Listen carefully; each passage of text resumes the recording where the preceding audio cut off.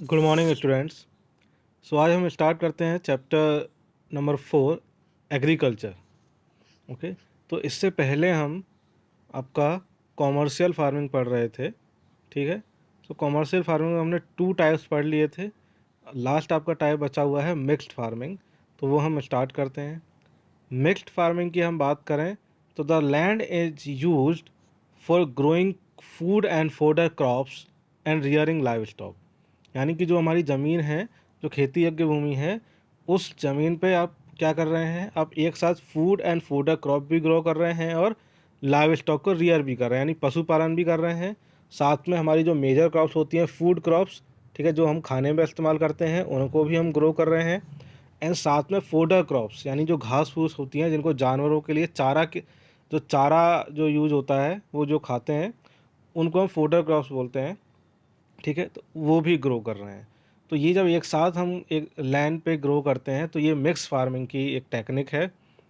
And इसके जो areas हैं, कहाँ कहाँ इस तरह की मिक्स फार्मिंग होती है, वो आपका यूरोपियन कंट्रीज हैं, eastern USA, United state of America है, अर्जेंटीना है, south east Australia, New Zealand and south Africa. तो ये वो जगह हैं जहाँ बड़े पैमाने पे मिक्स्ड फार्मिंग की जाती है।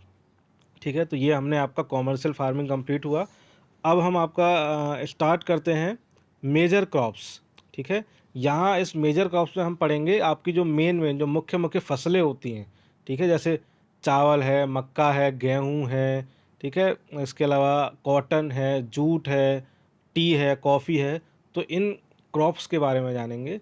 इन क्रॉप्स में हम जानेंगे इनके क्लाइमेटिक कंडीशंस के बारे में, यानी कौन से क्लाइमेटिक कंडीशंस किस किस क्रॉप को सूट करते हैं। यानी कि अगर हम चावल की बात करें फॉर एग्जांपल, तो चावल किस तरह के क्लाइमेटिक कंडीशंस में ज़्यादा होता है या अच्छा होता है, वो किस तरह की सॉइल में ग्रो होता है, एंड कौन कौन सी ऐसी जगह हैं जो इसके प्रोडक्शन में लीड करती हैं, यानी कि कहाँ चावल की खेती ज़्यादा होती है। तो ये कुछ चीज़ें हैं जो हम जानने वाले हैं। राइस की हम स्टार्ट करते हैं। मेजर क्रॉप्स में राइस आता है। Staple diet of tropical and subtropical regions. ठीक है, तो ये बहुत ही मुख्य डाइट है, स्टेपल डाइट है tropical and subtropical regions of the world. तो ये देखो, tropical region, subtropical, temperate, ये हमारी जो अर्थ है वो डिफरेंट डिफरेंट रीजन्स में डिवाइडेड है अकॉर्डिंग टू लैटिट्यूड्स। एंड ये लैटिट्यूड्स क्या होते हैं, ट्रॉपिकल रीजन क्या है, टेम्परेट रीजन क्या है, ये बहुत ही अच्छी तरह से हम क्लास 7th में पढ़ चुके हैं। ठीक है, सो tropical and subtropical regions की स्टेपल डाइट है, मुख्य डाइट है ये rice. Needs high temperature and high humidity and rainfall. अब अगर हम क्लाइमेटिक कंडीशंस की बात करें तो चावल की खेती के लिए टेम्परेचर, हाई टेम्परेचर चाहिए होता है, हाई ह्यूमिडिटी चाहिए होती है। ह्यूमिडिटी यानी कि आपकी हवा में जो है, एयर है, उसमें वाटर कंटेंट कितना है। ठीक है, तो एयर में वाटर कंटेंट ज़्यादा होना चाहिए, ह्यूमिडिटी ज़्यादा होनी चाहिए, एंड रेनफॉल यानी बारिश भी अच्छी चाहिए होती है राइस की फसल को। इसके अलावा growth best in alluvial clay soil which can retain water. यानी चावल की खेती के लिए जो सॉइल है वो होनी चाहिए एल्यूवियल क्ले सॉइल, यानी ऐसी सॉइल जो वाटर को रिटेन रख सके। ठीक है, जो ऑल टाइम क्या हो, गीली रहे, सूखे ना हो। तो इस तरह की सॉइल हमें चाहिए। अगर हम बात करें कि इसका प्रोडक्शन कहाँ ज़्यादा होता है, तो China leads in the production of rice. तो सबसे ज़्यादा राइस का प्रोडक्शन होता है चाइना में। उसके बाद India, Japan, Sri Lanka and Egypt में होता है। ठीक है, तो ये रहा आपका राइस के बारे में। अब हम पढ़ लेते हैं मेज यानी कि मक्का। So it requires moderate temperature, rainfall and lots of sunshine. Temperature इसके लिए मॉडरेट चाहिए, ठीक है, बहुत ज़्यादा नहीं चाहिए होता है। Rainfall and lots of sunshine, तो मॉडरेट ही टेम्परेचर चाहिए एंड मॉडरेट ही रेनफॉल चाहिए, दोनों ही मॉडरेट चाहिए, बहुत ज़्यादा नहीं चाहिए और बहुत कम भी नहीं चाहिए। लेकिन लॉट्स ऑफ सनसाइन, लेकिन सनसाइन यानी कि धूप काफ़ी चाहिए होती है मक्के के लिए। इसके अलावा needs well drained fertile soil. यानी कि अब देखिए, हमने जब चावल की बात करी थी तो ऐसी सॉइल की बात करी थी जो कि मॉइस्चर को यानी वाटर को रिटेन रख सके। ठीक है, अपने में रख सके रिटेन करके। लेकिन यहाँ एक ऐसी फर्टाइल सॉइल चाहिए जो कि पानी को बहने दे, एक वेल ड्रेन्ड हो। वो ऐसा नहीं है कि सॉइल में जहाँ पानी इकट्ठा हो गया तो वहीं रहे, नहीं, वो रिसेस के अंदर जा सकता है, वो उसको वाटर को रिटेन करने की वहाँ ज़रूरत नहीं है। ठीक है, एक्चुअली अगर आपने देखे भी होंगे, खेत देखे होंगे चावल के या कहीं के, तो चावल के खेतों में हमेशा पानी से भरे रहते हैं वो, ठीक है। तो उसी तरह की उनको एक इरिगेशन फैसिलिटी चाहिए होती है, लेकिन मेज़ को उतना ज़्यादा पानी नहीं चाहिए होता इन कंपेरिजन टू राइस। तो एक वेल ड्रेन्ड फर्टाइल सॉइल होगी, यानी कि हम उसमें पानी लगाएंगे और वो पानी निकलता जाए, बहता जाए, इस तरह का हमें चाहिए होता है। इसमें बात करें कहाँ कहाँ ये ग्रो करते हैं, तो maize is grown in North America, Brazil, China, Russia, Canada, India and Mexico. तो ये वो जगह हैं जहाँ मक्के की खेती ज़्यादा होती है। इसके बाद बात करते हैं वीट की, यानी कि गेहूं की। So wheat requires moderate temperature and rainfall during growing season and bright sunshine at the time of harvest. So जब हम गेहूं को बोते हैं, ठीक है, जब उसका ग्रोइंग सीजन होता है तो उस वक्त आपको मॉडरेट टेम्परेचर चाहिए और रेनफॉल भी मॉडरेट चाहिए, बहुत ज़्यादा नहीं चाहिए, बहुत कम भी नहीं चाहिए। तो आपने देखा होगा गेहूं की जो खेती होती है वो नवंबर के आसपास, अक्टूबर नवंबर में स्टार्ट होती है और फरवरी मार्च तक ये पक्के तैयार हो जाते हैं, यानी हार्वेस्ट टाइम होता है। तो जब इनका हार्वेस्ट टाइम होता है, जब गेहूं की फसल पक के तैयार हो जाती है, उस समय आपको ब्राइट सनशाइन चाहिए होता है, ठीक है। एंड जब ग्रोइंग सीजन है, जब आपने ये ग्रो कर रहे हैं, तो उस वक्त टेम्परेचर मॉडरेट एंड रेनफॉल भी मॉडरेट चाहिए। It's thrives best well drained loamy soil.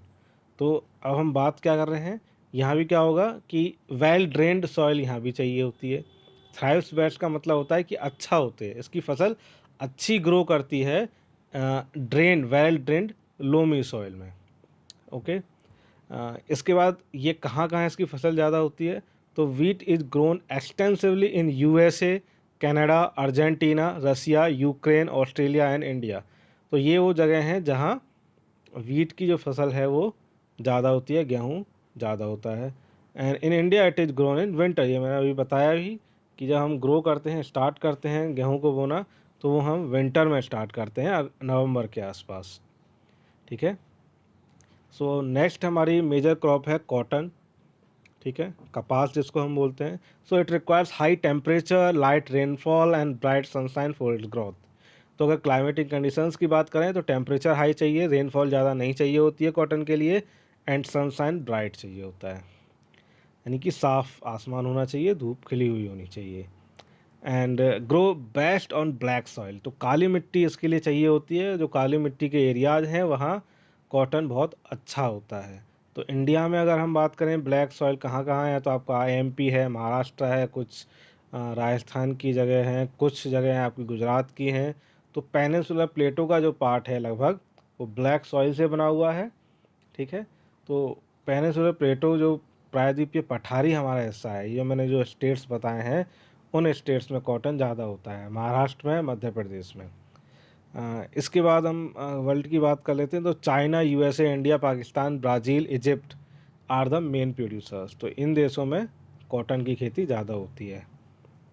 इसके बाद हम बात करते हैं जूट की। तो जूट को गोल्डन फाइबर भी कहा जाता है, ठीक है। जूट क्या होता है, जूट एक तरह से जिससे हैं रस्सी वगैरह बनाई जाती हैं, ठीक है, वो जूट की फसल है। And grows well on alluvial soil and requires high temperature, heavy rainfall and humid climate. इसके लिए टेम्परेचर भी हाई चाहिए, रेनफॉल भी हाई चाहिए और क्लाइमेट ह्यूमिड होना चाहिए, यानी ह्यूमिडिटी क्लाइमेट में ज़्यादा होनी चाहिए। और इस तरह का जो है क्रॉप जो है जूट की, वो ट्रॉपिकल एरियाज में ग्रो करती है। India and Bangladesh are the leading producers. तो इंडिया एंड बांग्लादेश जो है वो जूट के सबसे बड़े उत्पादक देशों में से एक है। और भारत की भी अगर हम बात करें तो भारत में सबसे ज़्यादा कहाँ है, वेस्ट बंगाल में है जूट का उत्पादन। इसके बाद हम बात करते हैं कॉफ़ी की। So coffee requires warm and wet climate and well drained loamy soil. So coffee के लिए भी क्या रिक्वायरमेंट है, कॉफ़ी के लिए भी रिक्वायरमेंट है वार्म एंड वेट क्लाइमेट। तो वार्म हल्का सा गर्म चाहिए, गर्म भी चाहिए, बहुत ज़्यादा नहीं। एंड वेट क्लाइमेट होना चाहिए, यानी कि वो जहाँ है वहाँ बारिश काफ़ी अच्छी होनी चाहिए। एंड वेल ड्रेन्ड कि यहाँ क्या है, ये स्लोप एरिया में होता है। आपने देखा होगा चाय या कॉफ़ी दोनों की जब हम बात करें तो वो पहाड़ों के जो ढलान होती है वहाँ ये कॉफ़ी के या चाय के बागान होते हैं, ठीक है, स्लोपी एरियाज में। तो काफ़ी वेल ड्रेन्ड सॉइल होती है। Hill slopes are more suitable for the growth of these crops. Hill यानी पहाड़ों की जो स्लोप है, जो ढलान है, ठीक है, वो बहुत ही खड़ी ढलान नहीं होगी, लेकिन क्या होगी, थोड़ा सा नॉर्मल ढलान होती है जिस पे कि वो आसानी से कॉफ़ी या चाय ग्रो कर सकें। तो हिल स्टेशंस पे आप देखेंगे, ठीक है, तो ये काफ़ी अच्छे से होती है। साउथ इंडिया में कॉफ़ी की बात करें हम तो कर्नाटका में सबसे ज़्यादा कॉफ़ी होती है। चाय की बात करें तो आपका ये मुन्नार है, वहाँ भी आपके कॉफ़ी और चाय दोनों के बागान मिल जाएंगे, ठीक है। कर्नाटका में कुर्ग जगह है, वहाँ आपको कॉफ़ी प्लांटेशंस काफ़ी मिलेंगे। तो ये हिल स्टेशंस पे आपको मिलेगी। Brazil is leading producer followed by Colombia and India, ठीक है। सो ब्राज़ील एंड कोलंबिया जो है ये दोनों ही साउथ अमेरिका में है, और ये ब्राज़ील जो है वो लीडिंग प्रोड्यूसर है कॉफ़ी का, और इनके बाद इंडिया का नंबर आता है। इंडिया में कॉफ़ी की बात करें तो कर्नाटका में सबसे ज़्यादा होती है। फिर हम बात कर रहे हैं टी यानी चाय की, ठीक है। सो ये कॉफ़ी एंड टी ये दोनों ही प्लांटेशन क्रॉप्स हैं, ठीक है। वो भी कैसे, beverages crop grown on plantation. तो बेवरेज यानी लिक्विड, जिनको हम in the form of liquid हम यूज करते हैं। तो चाय और टी दोनों को in the form of liquid use करते हैं, तो बेवरेजेस क्रॉप्स हैं। And it needs well drained loamy soil and gentle slopes. तो ये बिल्कुल वैसे ही है इसकी रिक्वायरमेंट भी जैसे कि कॉफ़ी की थी। एक वेल ड्रेन्ड लोमी सॉइल होनी चाहिए एंड स्लोप जेंटल स्लोप होनी चाहिए, यानी कि एक नॉर्मल ढलान होनी चाहिए, खड़ी ढलान नहीं होनी चाहिए कि अचानक से आप एक ढलान है, खड़ी हुई ढलान हो जिसको हम बोलते हैं, वो नहीं होनी चाहिए। And it requires cool climate and well distributed high rainfall throughout the year for the growth of its tender leaves. तो यहाँ भी क्या चाहिए, कूल क्लाइमेट चाहिए और रेनफॉल काफ़ी होनी चाहिए थ्रू आउट द ईयर, ताकि इसकी जो लीव्स हैं, जो पत्तियाँ हैं, वो अच्छे से ग्रो कर सकें। तो ये भी कहाँ होगा, चाय कॉफ़ी की तरह ही हिल स्टेशंस पर आपको चाय के बागान ज़्यादातर देखने को मिलेंगे। चाय जो है भारत में वो एक तो आसाम में, आसाम की चाय बहुत फेमस है, आसाम चाय, दार्जिलिंग टी, एंड इसके अलावा साउथ इंडिया में आप जाएंगे तो वहाँ भी आपको चाय मिलेगी। तो ये कुछ जगह हैं। Labour in large number is required to pick the leaves, ठीक है। अगर हम बात करें तो यहाँ लेबर की रिक्वायरमेंट बहुत ज़्यादा होती है, ठीक है। मशीनों से ज़्यादा काम नहीं होता है, मशीनों में सिर्फ प्रोसेसिंग होती है, लेकिन नॉर्मली जो वर्क है, वो जो एक्चुअल एग्रीकल्चर का वर्क है, वो लेबर की requirement T and coffee plantations में बहुत ज़्यादा होती है, ठीक है। Kenya, India, China, Sri Lanka produce the best quality T in the world. तो ये कुछ देश हैं जो कि चाय की बेस्ट क्वालिटी प्रोड्यूस करते हैं वर्ल्ड में, ठीक है। तो ये हमने मेजर क्रॉप्स अभी पढ़ी हैं। अब हम थोड़ा पढ़ लेते हैं एग्रीकल्चर डेवलपमेंट के बारे में। सो एग्रीकल्चरल डेवलपमेंट मीन्स, देखो हमने डेवलपमेंट की बात करी तो डेवलपमेंट मीन्स ग्रोथ होना, किसी भी चीज़ की ग्रोथ हो रही है, ठीक है, वो ग्रो कर रहे हैं, प्रोग्रेस कर रहे हैं, दैट इज डेवलपमेंट। तो एग्रीकल्चर माने तो एग्रीकल्चर यानी खेती में अगर कुछ प्रोग्रेस हो रही है तो वो कैसे हो सकती है, इसका क्या मतलब है, it refers to effort made to increase farm production in order to meet the growing demand of increasing population. So हमारी बढ़ती हुई जनसंख्या की जो बढ़ती हुई डिमांड है, जो मांग है, देखिए आपकी पॉपुलेशन बढ़ रही है तो डिमांड भी बढ़ेगी। किस चीज़ की डिमांड बढ़ेगी, फूड की, खाने की। सो फूड की डिमांड बढ़ रही है मीन्स एग्रीकल्चर प्रोडक्शन भी आपको क्या करना होगा, इंक्रीज करना पड़ेगा। सो बढ़ती हुई जनसंख्या की जो बढ़ती हुई डिमांड है उसको पूरा करने के लिए हम अपने एग्रीकल्चरल प्रोडक्शन को बढ़ा रहे हैं, और उसको बढ़ाने में जो एफर्ट लग रहे हैं वही एग्रीकल्चर डेवलपमेंट है।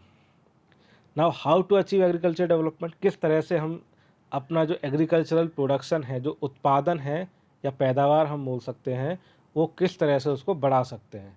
तो पहला तरीका है by increasing the cropped area, यानी जो अरेबल लैंड है, खेती योग्य भूमि है, उसको बढ़ाकर।